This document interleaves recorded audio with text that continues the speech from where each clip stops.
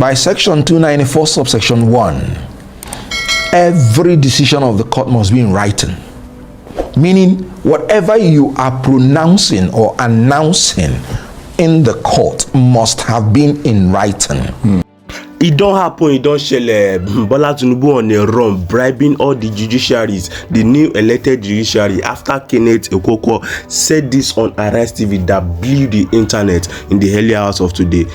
Bola Tinubu has been running all sketa, bribing all the judiciary that have been elected yesterday, because Kenneth Okoko said that there's no law that has not been written, that no judiciary, nobody can add any other law into the constitution except they all come together, both the executive. Just take a look at the very end of this video so that I can show you everything that Kenneth Okoko said that make Bola Tinubu on the run. People, I'll be back. See you soon. Welcome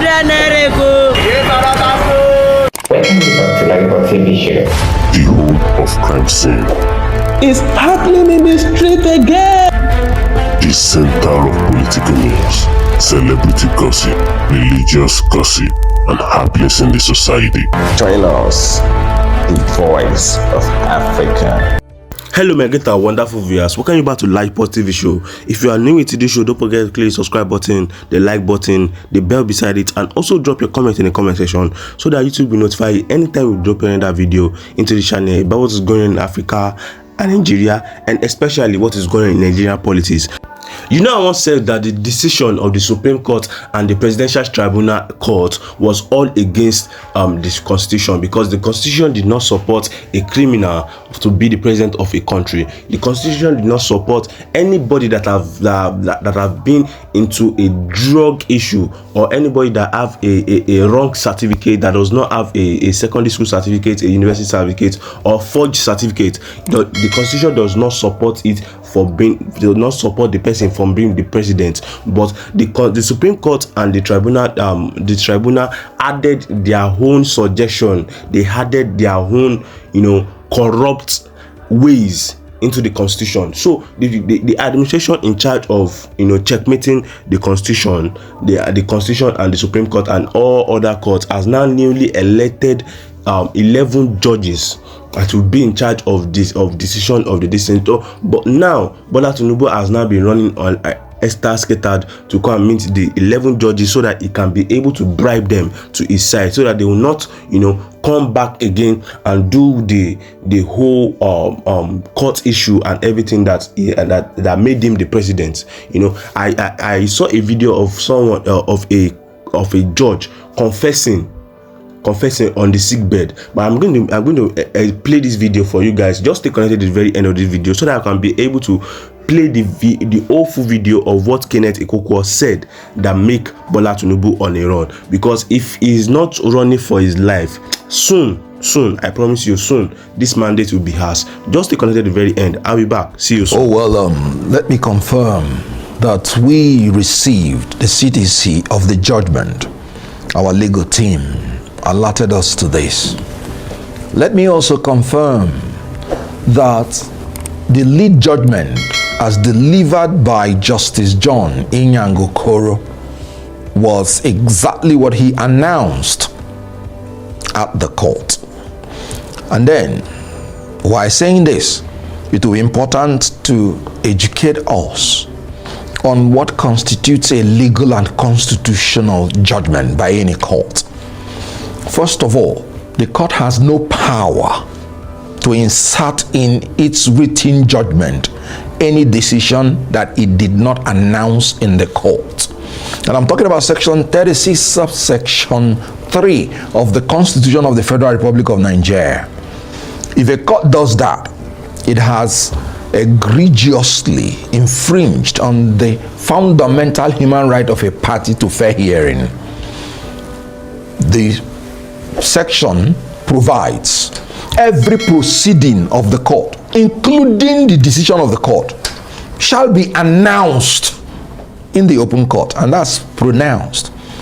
Then, by section 294 subsection 1, every decision of the court must be in writing, meaning whatever you are pronouncing or announcing in the court must have been in writing.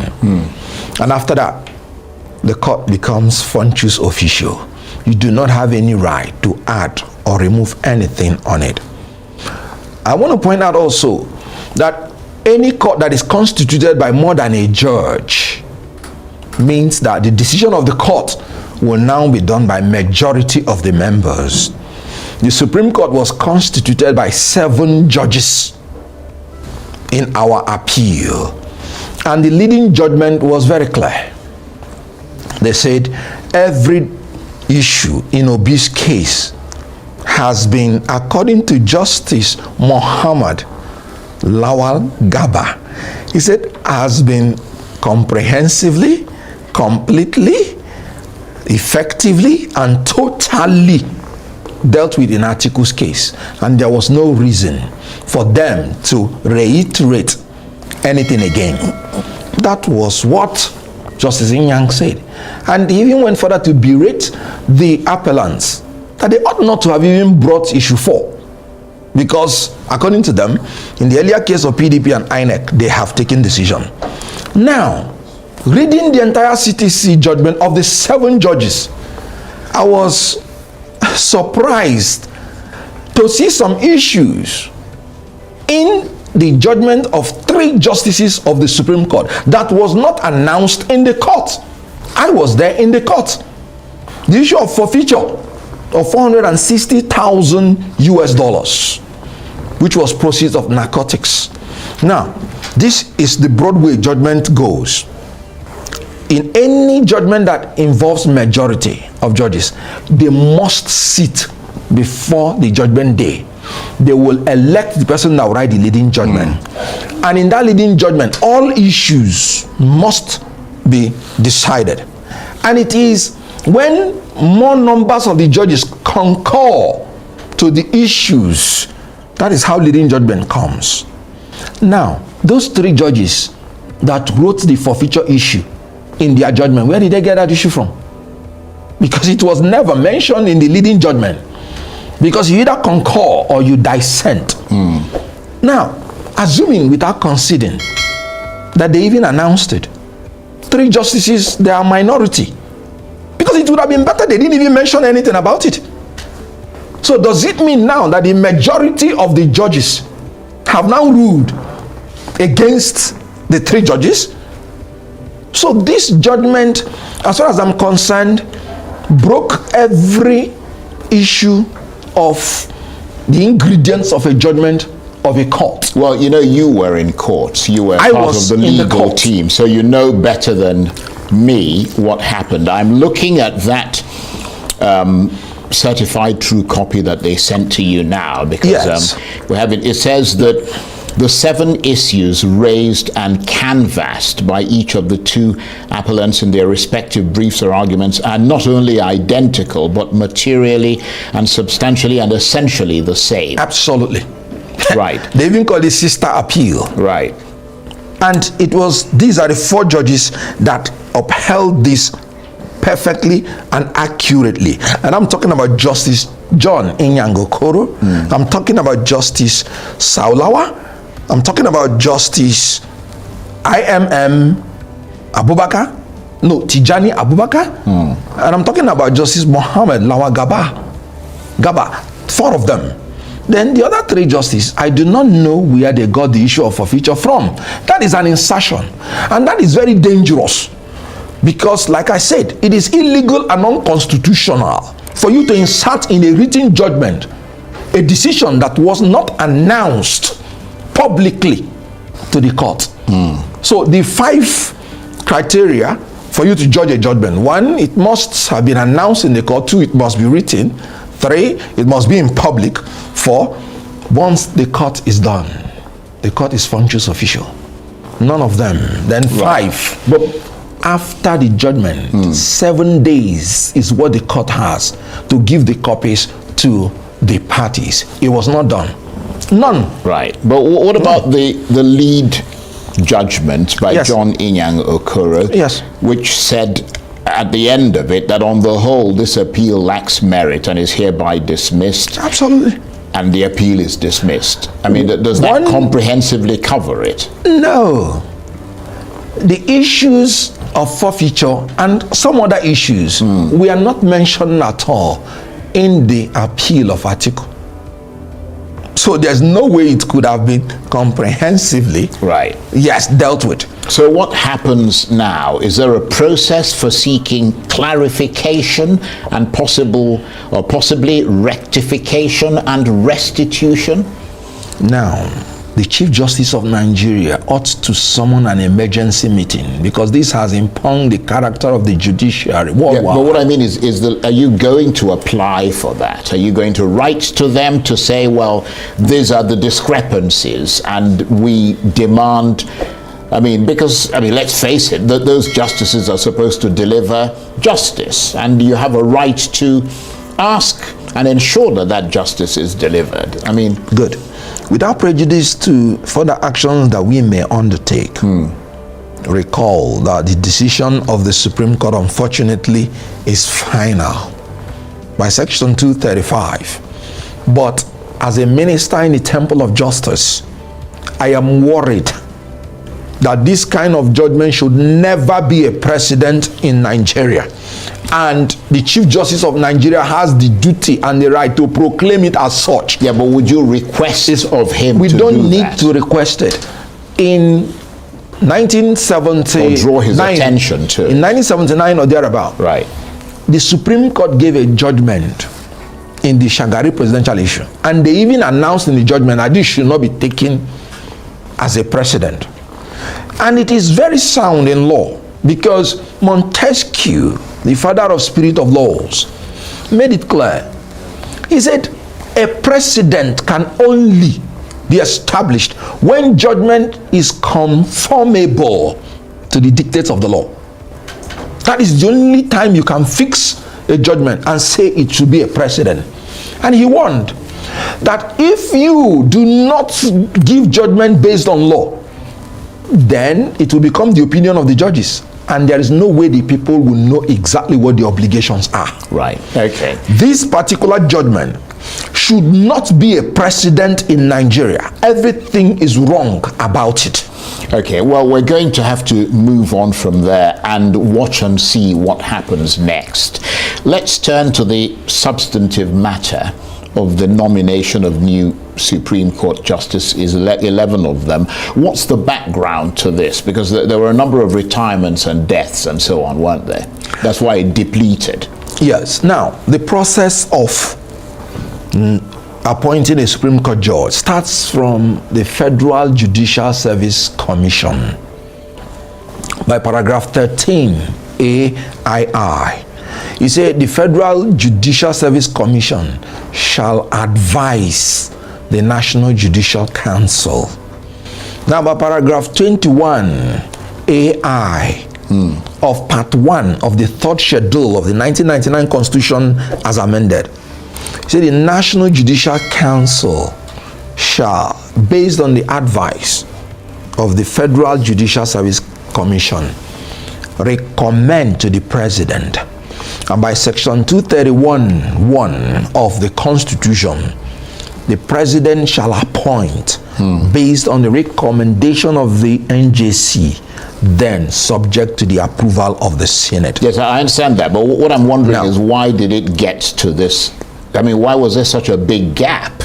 Well, you see what I mean? Because incompetence and inefficiency of the leadership of Nigeria. There was no reason for it to have reached this level. Government should be proactive. You don't allow people to die before you begin to prevent their death. Supreme Court has or prevent the gap that would occur as a result. Supreme Court has been deaths. lamenting that they are being overburdened by the litigious nature of Nigeria, and yet it degenerated to this level. The former president was there, and these gaps were there, and he could not just sit down to do the right thing. That is why we are saying that Nigeria needs effective and efficient leadership. But isn't it for the, I mean, wouldn't it be seen as interference? I mean, yes. Wouldn't it be for the Judicial Council and the other judiciary sort of commissions and so on to come up with that recommendation? I mean, with the Chief Justice sitting on all those commissions and councils, and then make it, I mean, was it for the president to do that?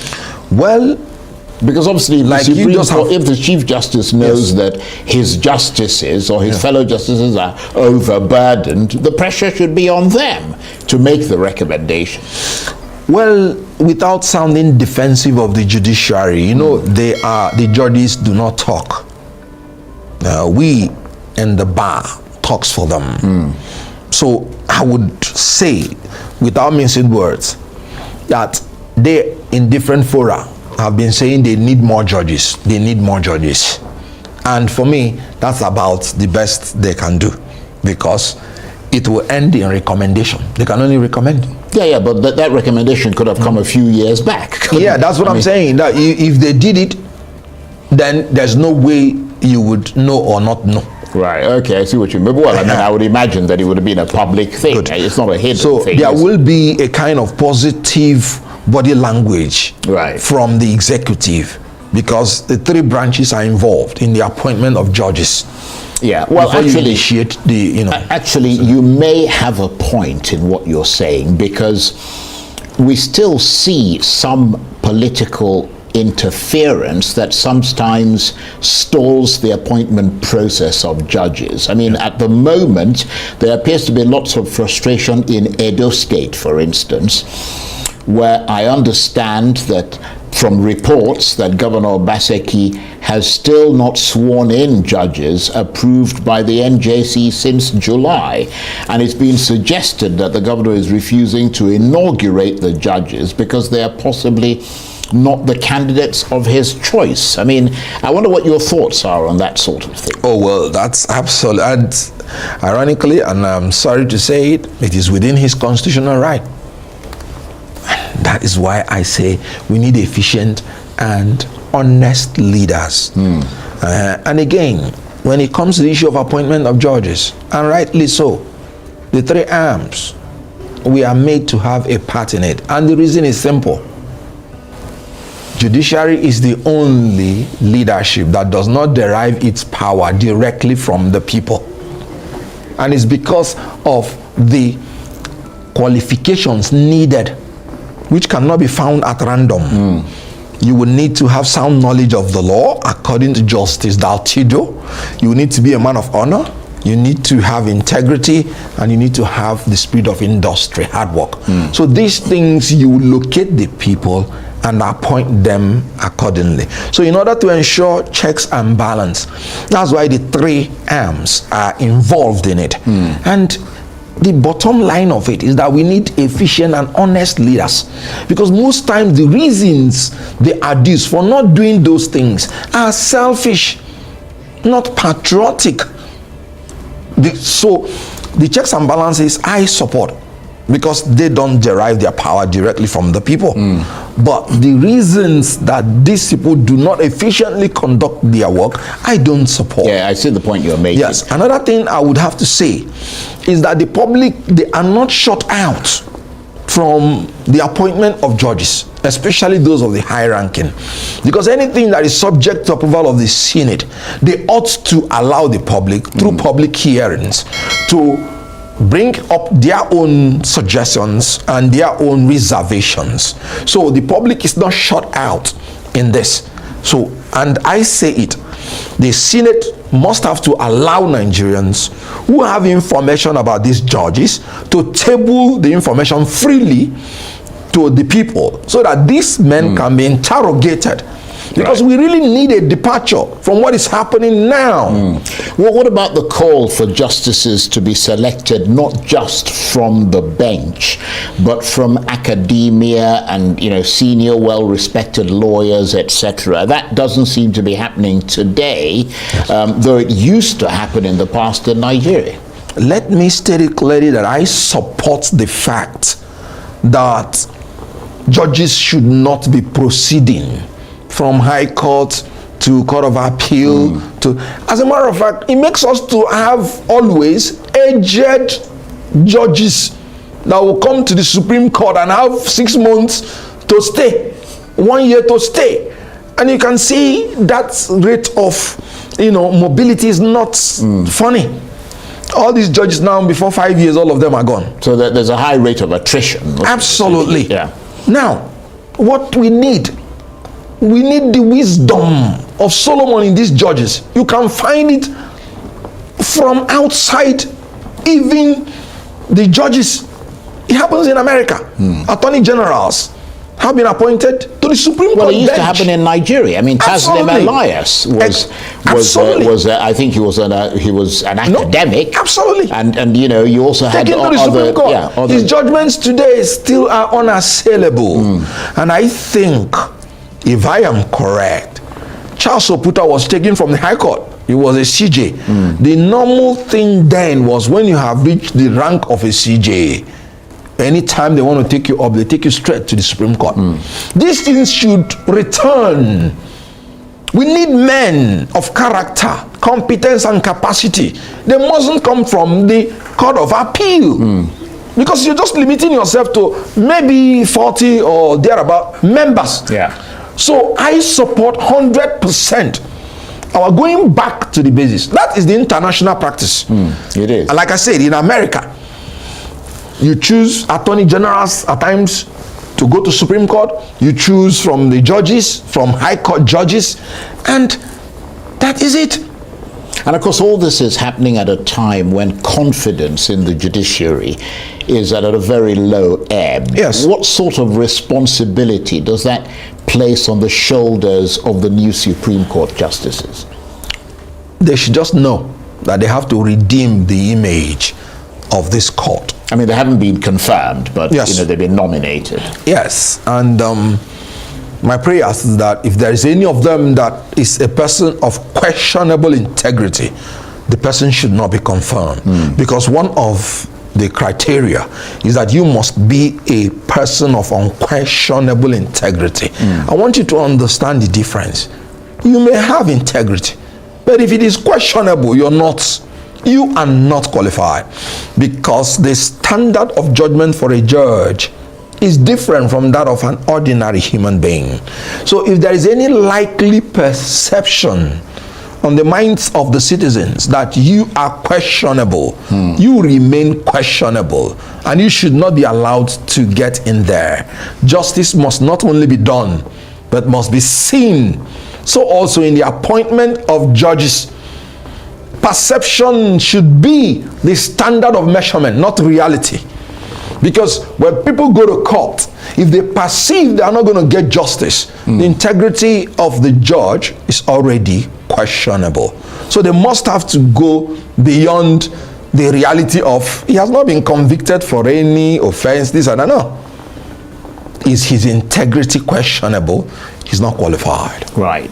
Well, what about the efficiency beyond of the judges themselves? I mean, the efficiency of the machinery of justice and the way the courts are run, because a lot of these judges still have to handwrite their judgments, which is absolutely primitive, isn't it? I agree with you, but it's not an excuse for you not to be delivering justice.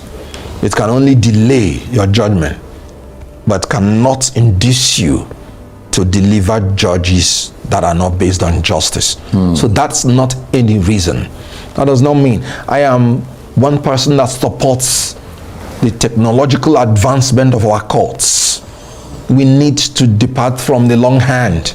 Yeah, but you're saying that Yes. it is not An excuse yeah, but for them to deliver injustice. Well, I mean, the point is that Yes. apart from the fact, I mean, if you've got judges handwriting Yes. their notes, I mean, Yes. apart from how tedious that can be, Yes. particularly for older people that Yes. you're referring to, I mean, it's a threat to justice, isn't it? Because of the number of mistakes and No, errors it is not. that could happen. I mean, you We might had mishear the someone, miswrite Aniagolos something. in the Supreme Court. We had the Oputas. We had the Kayode Shaws. They were on long hands. It did not threaten their sense of justice. And so, long hand has nothing to do with your integrity quotient. It's not an excuse whatsoever. And Therefore, stay connected to the very end of this video, my great and wonderful viewers. You know, every single thing that Kenneth Ikokwo said in this video was really, really touching, because every single statement, every single word was, you know, the truth of it all.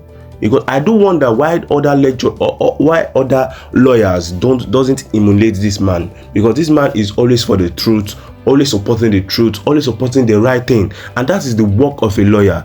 A lawyer is there to support the people. Anything that is wrong, they are there to just make the constitution to, you know, any wrong thing that is going on in the community, any wrong thing that is going on in the country, they are there to implement the constitution so that the thing will go back. Every single thing, every single wrong thing will go back to the right thing. But this judiciary, all these lawyers that are backing Bola Tinubu, they have sacrificed their life, they have made up their life that they are going to support the wrong thing. But I do wonder why this man, only this man, Kenneth Ikokwo, is always standing for the right thing. Only this man. I've not seen any other lawyer that will come out on national TV and they will support the right thing and they will say the right thing. I've not seen in all the videos I've been seeing I've been seeing lately.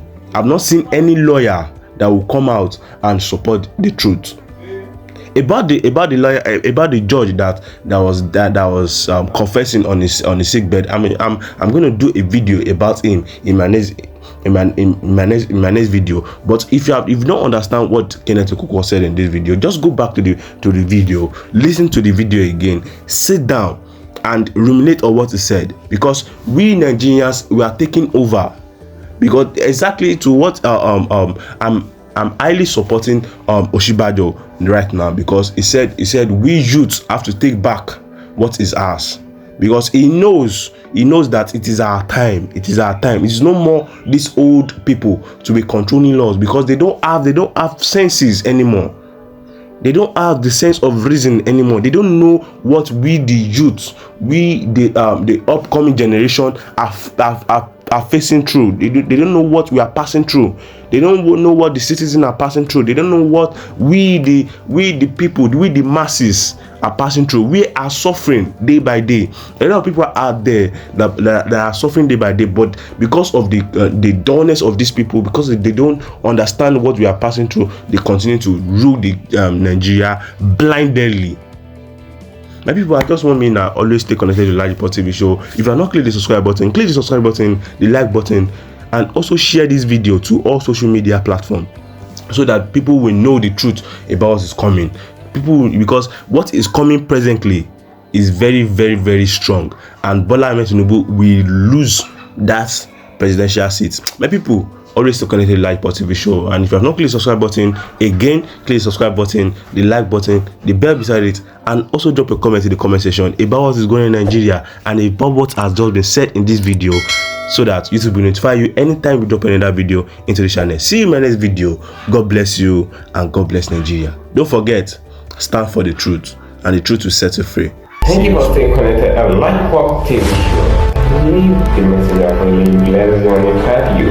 So all we do on this channel is to bring to you prophetic words from men of God in America and outside America, from the pausing of Jimmy Green and Christmas, from the dancing of Bullock and Clement and all of that. So we'll update you with undiluted words and come from them, and also their prophetic words. And guess what? Many of these prophecies are really coming true. So just ensure you subscribe to this channel just to get more of the prophecy in your time. Guess what? See you in the next video.